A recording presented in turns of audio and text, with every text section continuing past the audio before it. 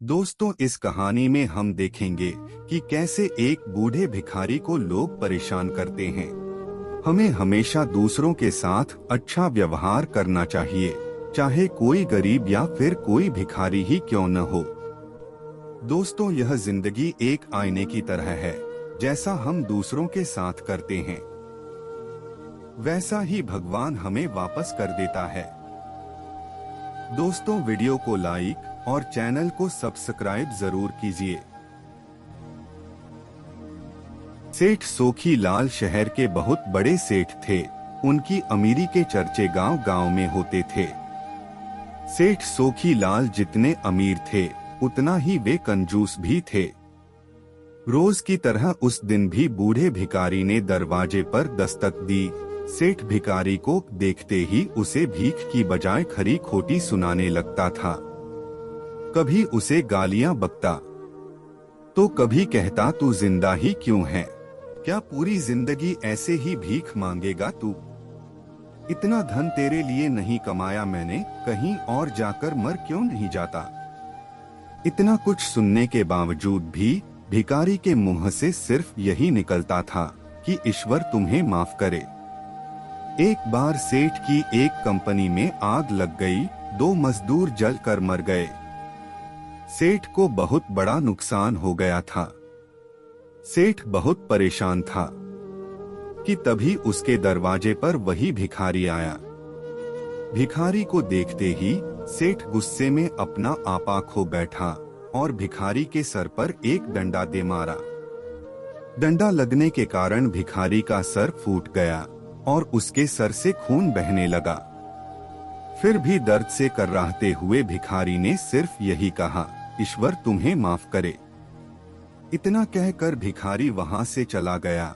थोड़ी देर बाद जब सेठ जी का गुस्सा शांत हुआ, तो वह सोच में पड़ गया कि मैंने भिखारी को डंडा मारा, फिर भी उसने मेरे लिए दुआ की। सेठ जी ने भिखारी का राज जानने के लिए भिखारी का पीछा करना शुरू कर दिया। बूढ़ा भिखारी जहां जहां जाता, सेठ जी उसके पीछे पीछे जाते। सेठ ने देखा कि कोई उसको आटा देता, कोई उसको खाना, तो कोई उसको गाली देता। इस तरह बूढ़ा भिखारी दर दर भटकता रहा।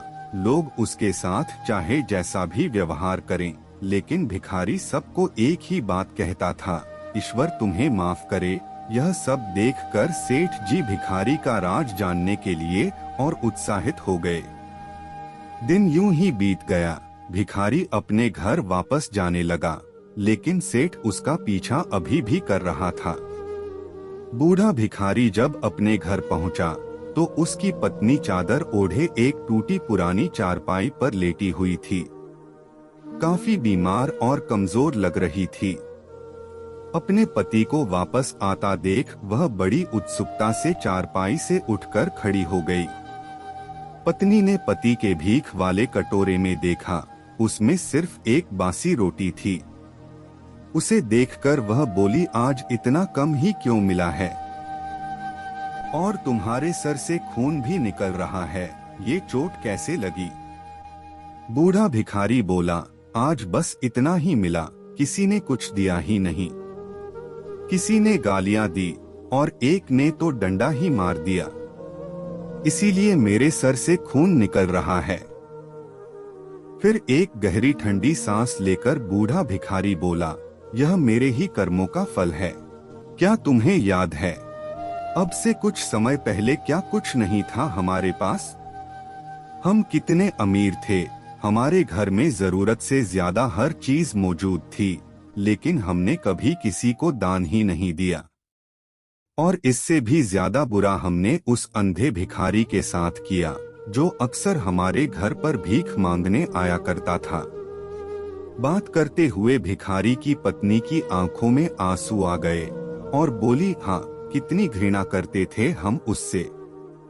हमने उस बेचारे अंधे भिखारी के साथ कभी अच्छा व्यवहार नहीं किया। हमेशा उसकी बेइज्जती करते थे। उसे खाने के लिए रोटी की जगह पेड़ के पत्ते देकर उसका मजाक उड़ाया करते थे और कभी उसको सीधा रास्ता नहीं दिखाया। एक बार मैंने उसके मुंह पर पानी भी फेंका था। और वह दुखी होकर हमेशा यही कहता कि भगवान तुम्हें तुम्हारे किए की सजा जरूर देगा। भगवान के घर देर है अंधेर नहीं, और आज हम उसके श्राप की ही सजा भुगत रहे हैं। सच कहा तुमने, भिखारी बोला। हाँ, उसका श्राप सच हुआ, इसलिए मैं किसी को ऐसा श्राप नहीं देता, चाहे कोई मेरे साथ कैसा भी व्यवहार करे, मैं हमेशा उसके लिए दुआ ही करता हूँ। मैं नहीं चाहता कि कोई भी हमारे जैसी दुख भरी जिंदगी का अनुभव करे, किसी को भी हमारे जैसे बुरे दिनों का सामना करना पड़े। वह नहीं जानते कि वह कितना बड़ी भूल कर रहे हैं, इसलिए अनजाने में हुई गलती की ऐसी सजा किसी को भी न मिले। सेठ जी वहीं पर छुपकर दोनों की यह सारी बातें सुन रहे थे। अब सेठ को सब कुछ समझ आ गया था। भिखारी और उसकी पत्नी ने वह एक रोटी आधी आधी बांटकर खाई और भगवान को धन्यवाद बोलकर सो गए। दूसरे दिन जब बूढ़ा भिखारी फिर से भीख मांगने सेठ के घर गया, जैसे ही भिखारी सेठ के घर के सामने आया, सेठ ने पहले से ताजी गरम रोटी जो उसके लिए बनवाई थी और कुछ रुपए उसे देते हुए बड़ी विनम्रता से बोला, मुझे माफ कर दीजिए बाबा, मुझसे बहुत बड़ी गलती हो गई। बूढ़ा भिखारी बोला, ईश्वर तेरा भला करे, और इतना कहकर वह आगे चला गया।